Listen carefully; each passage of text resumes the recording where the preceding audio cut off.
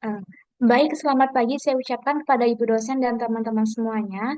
Pada kesempatan kali ini kami dari kelompok 6 akan mempresentasikan materi mengenai perencanaan pariwisata berkelanjutan. Namun sebelum itu izinkan kami memperkenalkan diri. Saya akan mewakili teman-teman saya. Yang pertama ada Putu Kaulika Ratu Pri Archila dengan absen 16. Saya sendiri atas nama Made Hani Dwi Apsari absen 21 dan teman saya Yulo Putu Gita Safitri absen 13. Adapun sub pembahasan yang akan kami bawakan, yang pertama ada pengertian perencanaan pariwisata berkelanjutan dan prinsip-prinsip dalam perencanaan pariwisata. Yang kedua ada faktor-faktor yang dipertimbangkan dalam perencanaan pariwisata berkelanjutan. Yang ketiga ada dampak sosial, ekonomi, dan lingkungan perencanaan pariwisata yang berkelanjutan. Yang keempat ada peran masyarakat lokal dan pemerintahan dalam pengembangan pariwisata berkelanjutan. Yang terakhir ada strategi perencanaan yang mendukung pelestarian lingkungan dan budaya lokal dalam destinasi wisata. Untuk materi pertama akan dibawakan oleh rekan saya. Baik, materi pertama yaitu pengertian perencanaan pariwisata berkelanjutan. Perencanaan adalah bagian penting dalam manajemen yang dilakukan untuk menentukan tujuan dan strategi yang ingin dicapai dalam jangka waktu tertentu. Dalam proses ini, berbagai faktor dari dalam seperti sumber daya, kapasitas organisasi, dan dari luar seperti kondisi sosial, ekonomi, politik, dan budaya ikut dipertimbangkan. Perencanaan bersifat menyeluruh dan mempertimbangkan pengalaman masa lalu, situasi saat ini, serta kemungkinan yang akan terjadi di masa depan menurut Rus tahun 1984. Di bidang pariwisata, perencanaan menjadi sangat penting karena perkembangan pariwisata semakin kompleks dan dinamis. Pariwisata bisa memberikan manfaat besar seperti meningkatkan pendapatan daerah dan membuka lapangan pekerjaan. Namun di sisi lain, jika tidak direncanakan dengan baik, pariwisata juga dapat membawa dampak negatif seperti kerusakan lingkungan, budaya lokal yang tergerus, atau meningkatnya kondisi konflik sosial. Dalam konteks saat ini, penting juga untuk memahami perencanaan pariwisata berkelanjutan. Perencanaan pariwisata berkelanjutan adalah proses perencanaan yang bertujuan untuk mengembangkan pariwisata tanpa merusak lingkungan, budaya, dan kehidupan masyarakat lokal. Perencanaan berkelanjutan memastikan bahwa pengembangan pariwisata tidak hanya menguntungkan generasi sekarang, tetapi juga menjaga agar sumber daya dan keindahan alam tetap dinikmati oleh generasi mendatang. Dengan perencanaan yang berkelanjutan, pariwisata dapat berkembang secara seimbang antara aspek ekonomi, sosial, dan lingkungan. Dalam pengembangan potensi pariwisata, perlu adanya kerjasama antara tiga pihak utama, yaitu pemerintah, pihak swasta, dan masyarakat. Masing-masing memiliki tugas dan peran yang berbeda, jadi perencanaan juga harus disesuaikan dengan lingkup tanggung jawab mereka. Next. Yang pertama ada peran pemerintah. Pemerintah membuat perencanaan dalam skala besar atau makro yang bersifat umum. Fokusnya adalah pembangunan infrastruktur dasar seperti jalan, air bersih, dan fasilitas umum lainnya. Yang kedua ada peran swasta atau dunia usaha. Perusahaan atau pelaku usaha membuat perencanaan dalam skala kecil yang tujuannya untuk mendapatkan keuntungan atau profit. Mereka menyediakan fasilitas di lingkungan usahanya seperti hotel, restoran, dan tempat hiburan. Dan yang terakhir ada peran masyarakat. Perencanaan oleh masyarakat lebih sederhana dan bersifat partisipatif. Artinya masyarakat ikut terlibat aktif. Fokusnya adalah pada manfaat langsung bagi warga sekitar. Next. Selanjutnya yaitu materi prinsip-prinsip perencanaan pariwisata. Menurut Yuti tahun 1997 dalam Hadi Wijoyo tahun 2012, prinsip-prinsip dasar dalam perencanaan kepariwisataan dalam penataan ruang lingkup lokal, regional, nasional, dan secara internasional dapat dirumuskan sebagai berikut. Yang pertama, perencanaan pengembangan kepariwisataan adalah kesatuan pembangunan regional maupun nasional dari pembangunan perekonomian di suatu negara. Yang kedua, menggunakan pendekatan terpadu. Yang ketiga, berada di bawah kondisi perencanaan fisik daerah. Yang keempat, perencanaan fisik suatu daerah perlu memperhatikan dasar dari penelitian atas faktor geografinya dan tidak hanya berdasarkan pada faktor administrasi saja. Yang kelima, memperhatikan faktor lingkungan. Yang keenam, memperhatikan faktor sosial yang dapat ditimbulkan. Yang ketujuh, untuk perencanaan pariwisata sekitar kawasan industri, perlu lebih diperhatikan dalam pengadaan fasilitas hiburan. Yang ke-8 dan terakhir, tujuan dari pengembangan pariwisata yaitu untuk meningkatkan kesejahteraan masyarakat. Oleh karena itu, dalam pengembangannya perlu memperhatikan kemungkinan peningkatan kerjasama dengan negara lain dengan prinsip harus saling menguntungkan. Next. Selanjutnya yaitu faktor-faktor yang dipertimbangkan dalam perencanaan pariwisata berkelanjutan. Yang pertama ada faktor lingkungan. Aspek lingkungan merupakan faktor fundamental dalam perencanaan pariwisata berkelanjutan. Keberadaan sumber daya alam seperti hutan, pantai, danau, serta pegunungan merupakan daya tarik utama bagi banyak destinasi wisata. Oleh karena itu, pelestarian lingkungan menjadi keharusan. Pengelolaan limbah yang baik, pengendalian polusi, dan konservasi keanekaragaman hayati adalah bagian dari tanggung jawab dalam merancang kawasan wisata yang berkelanjutan. Yang kedua ada faktor ekonomi. Perencanaan pariwisata juga harus memperhatikan kontribusi ekonomi terhadap masyarakat lokal. Hal ini mencakup penciptaan lapangan kerja, peningkatan pendapatan daerah, dan penguat usaha kecil dan menengah atau UKM lokal. Model pembangunan yang berkelanjutan menekan menekan kondistribusi manfaat ekonomi yang adil, tidak hanya mengutamakan eh, investor besar, tetapi juga masyarakat lokal sebagai pelaku utama. Yang ketiga ada faktor sosial dan budaya. Pariwisata dapat menjadi alat untuk melestarikan budaya lokal jika dikelola dengan baik. Dalam perencanaan berkelanjutan, pelestarian budaya, adat istiadat, dan kearifan lokal menjadi perhatian utama. Kegiatan wisata yang mempromosikan budaya lokal tanpa mengkomersialisasikan atau merusak nilai-nilai aslinya dapat memberikan pengalaman otentik bagi wisatawan dan kebanggaan bagi masyarakat setempat. Baik, selanjutnya akan dilanjutkan oleh teman saya. Baik, faktor-faktor selanjutnya yaitu ada faktor tata ruang dan perencanaan wilayah. Aspek tata ruang menjadi kunci dalam pengaturan kawasan wisata bertabrakan dengan ruang yang baik mencakup zonasi wilayah, pengaturan kepadatan pembangunan, serta konektivitas antar kawasan. Penggunaan lahan harus disesuaikan dengan karakteristik fisik dan sosial wilayah, serta mempertimbangkan risiko bencana alam. Faktor selanjutnya ada faktor kelembagaan dan partisipasi pemangku kepentingan. Penerapan konsep pentahelix dalam perencanaan pariwisata berkelanjutan menjadi pendekatan strategis yang menekankan pada kolaborasi antar lima unsur, itu seperti akademisi, bisnis, komunitas, pemerintah, dan media. Masing-masing unsur memiliki peran penting dalam menyusun, menjalankan, dan mengevaluasi kebijakan pariwisata yang berkelanjutan. Pemerintah bertanggung jawab dalam menyediakan regulasi dan kebijakan yang mendukung, sedangkan komunitas lokal ini menjadi garda terdepan dalam pelaksanaannya. Materi selanjutnya ada dampak sosial, ekonomi, dan lingkungan dalam pariwisata dan cara meminimalkannya melalui perencanaan pariwisata yang berkelanjutan. Pariwisata merupakan sektor yang memiliki potensi besar dalam perekonomian global dan lokal. Namun dampak yang ditimbulkan oleh perkembangan sektor ini dapat beragam, baik dalam aspek sosial, ekonomi, maupun lingkungan. Untuk itu, perencanaan pariwisata negatifnya yang muncul ini dapat diminimalkan. Dalam pembahasan ini, kita akan menguraikan bagaimana dampak-dampak sosial, ekonomi, dan lingkungan yang dapat terjadi akibat pariwisata, serta langkah-langkah perencanaan yang dapat diterapkan untuk mengurangi dampak-dampak tersebut. Yang pertama ada dampak sosial. Dampak sosial pariwisata seringkali berhubungan dengan perubahan pada struktur sosial, kebudayaan, dan hubungan antar individu atau kelompok di daerah yang menjadi tujuan wisata. Salah satu dampak yang paling sering muncul adalah perubahan gaya hidup masyarakat lokal.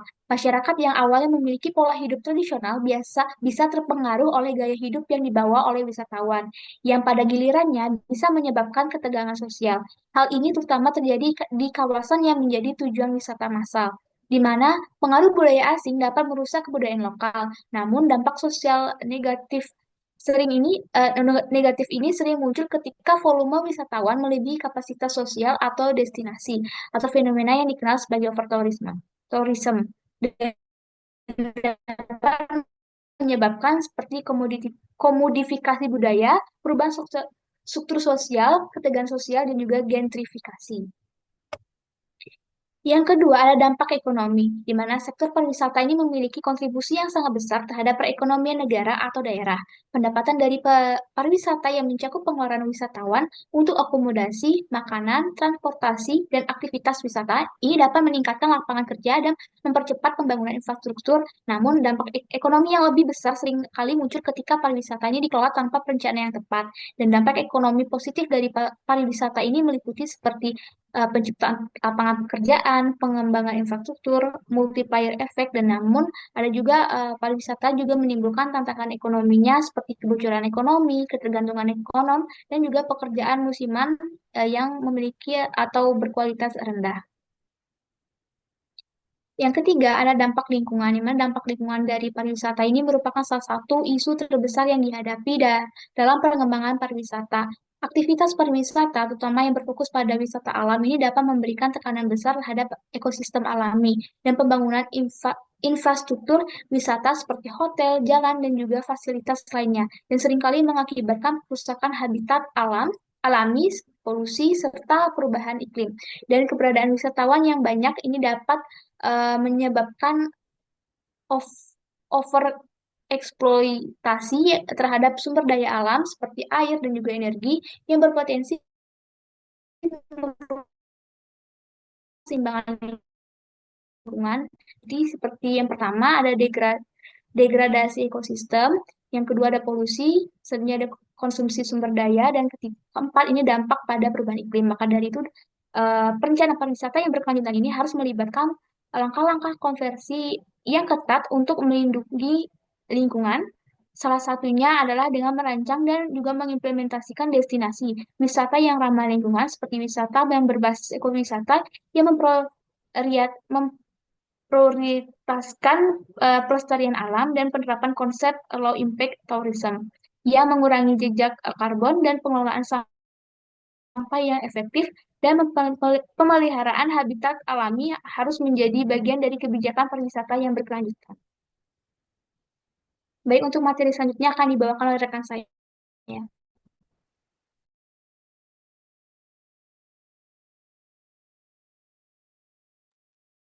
Baik, untuk materi selanjutnya yaitu mengenai peran masyarakat lokal dalam pengembangan pariwisata berkelanjutan. Di sini di mana ditekankan keseimbangan antara aspek ekonomi, sosial budaya, dan lingkungan dengan tujuan untuk memenuhi kebutuhan saat ini tanpa mengorbankan masa depan. Yang dimana masyarakat lokal itu harus dilibatkan dalam seluruh tahapan yaitu perencanaan, pelaksanaan, dan evaluasi. Yang dimana bentuk dari partisipasi masyarakat lokal itu dalam bentuk perencanaan bisa memberi ide, gagasan, ataupun mendirikan lembaga seperti Pokdarwis, mengikuti musyawarah, dilibatkan dalam keputusan kebijakan pariwisata. Jadi partisipasi ini tuh bisa menciptakan rasa miliki dan keberlanjutan program. Selanjutnya dalam pelaksanaan bisa dengan keterlibatan dalam operasional wisata seperti bekerja sebagai petugas parkir yang legal, petugas keamanan, membuka warung atau kafe, em, ikut dalam promosi serta pelatihan. Selanjutnya yaitu eh, partisipasinya bisa dalam bentuk tenaga, pikiran, modal ataupun material. Yang terakhir yaitu dalam evaluasi dan monitoring. Jadi masyarakat itu bisa menilai capaian program, memberikan masukan serta mengikuti evaluasi fisik dan non fisik seperti kritik ataupun saran. Hal lainnya itu bisa seperti studi banding ke destinasi lain juga untuk menjadi bentuk evaluasi aktif. Adapun juga manfaat dari keterlibatan masyarakat lokal ini secara ekonomi itu bisa menumbuhkan peluang kerja, dan meningkatkan pendapatan lokal. Dalam aspek sosial budaya bisa melestarikan nilai dan tradisi lokal. Dalam aspek lingkungan bisa menjaga dan memanfaatkan sumber daya alam secara berkelanjutan. Adapun prinsip penting yang perlu kita perhatikan yaitu masyarakat lokal itu bukan hanya sekedar objek tapi juga subjek dari pembangunan yang dimana partisipasi mereka itu adalah indikator utama dari keberhasilan pengembangan destinasi wisata berkelanjutan. Next.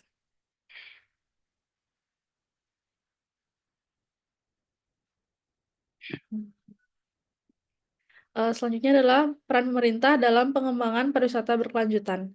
Yang dimana di sini pemerintah itu memiliki peran yang sangat strategis dan otoritatif dalam pembangunan pariwisata yang berkelanjutan, baik sebagai pengambil kebijakan maupun pelaksana program. Jadi menurut Damanik dan Weber, peran pemerintah tersebut itu mencakup pengaturan tata guna lahan, perlindungan lingkungan dan budaya, penyediaan infrastruktur, kebijakan fiskal dan perizinan, jaminan keamanan dan kesehatan wisatawan, serta penguatan kelembagaan dan promosi pariwisata. Jadi pemerintah itu juga bertanggung jawab dalam mengatur regulasi persaingan usaha yang sehat dan pengembangan sumber daya manusia pariwisata. Jadi dalam konteks pembangunan yang berkelanjutan itu, peran pemerintah ini semakin penting karena diperlukan kebijakan yang memperhatikan daya dukung lingkungan sosial dan ekonomi suatu destinasi. Jadi mengutip dari Wardianto dan Baku ini, perencanaan pariwisata itu harus memenuhi asas kultural, ekonomi, dan lingkungan. Jadi untuk itu pemerintah wajib melakukan analisis daya dukung yang komprehensif untuk mencegah dampak negatif seperti kerusakan lingkungan, konflik sosial, dan ketimpangan ekonomi. Jadi tanpa intervensi yang bijak itu pengembangan pariwisata itu bisa mengarah pada eksploitasi sumber daya yang melampaui kapasitas lingkungan dan sosial masyarakat lokal. Next.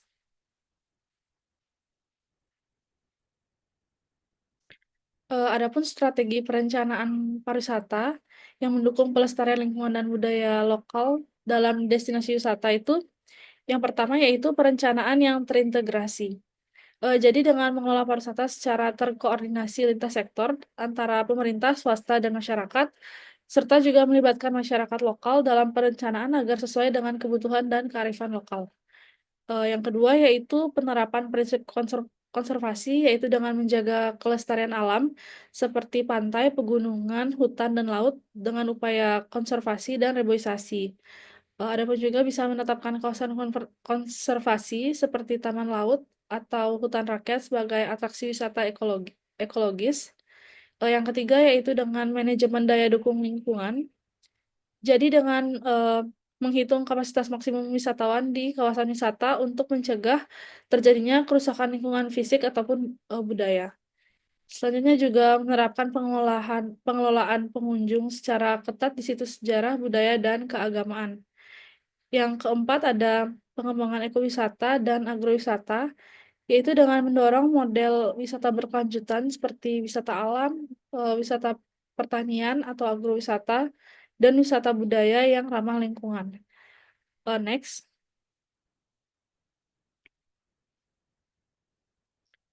Selanjutnya itu ada strategi dengan pemanfaatan produk dan kearifan lokal. Jadi dengan mendorong penggunaan produk lokal, yaitu kerajinan, makanan ataupun budaya, agar wisata itu bisa memberi manfaat ekonomi bagi masyarakat setempat. Selanjutnya ada melindungi nilai adat istiadat eh, dan situs sakral dari komersialisasi berlebihan. Yang keenam yaitu dengan penerapan regulasi dan pengawasan. Jadi dengan menetapkan hukum dan peraturan yang ketat terkait limbah, tata ruang, dan aktivitas wisata yang sekiranya merusak. Selanjutnya yaitu memberikan sanksi terhadap pengusaha pariwisata yang melanggar standar lingkungan atau membahayakan wisatawan. Yang ketujuh yaitu dengan pendidikan dan kampanye kesadaran, jadi dengan memberikan edukasi kepada wisatawan dan masyarakat mengenai pentingnya menjaga lingkungan dan budaya lokal. Kita juga bisa memfasilitasi kegiatan wisata edukatif seperti menanam mangrove atau konservasi satwa ataupun pelestarian budaya. Yang terakhir yaitu dengan pembangunan infrastruktur ramah lingkungan. Jadi dengan mengembangkan fasilitas pariwisata dengan teknologi ramah lingkungan seperti green hotel ataupun transportasi hijau. Yang terakhir yaitu dengan menghindari pembangunan masif di kawasan rawan bencana atau ekosistem yang sensitif.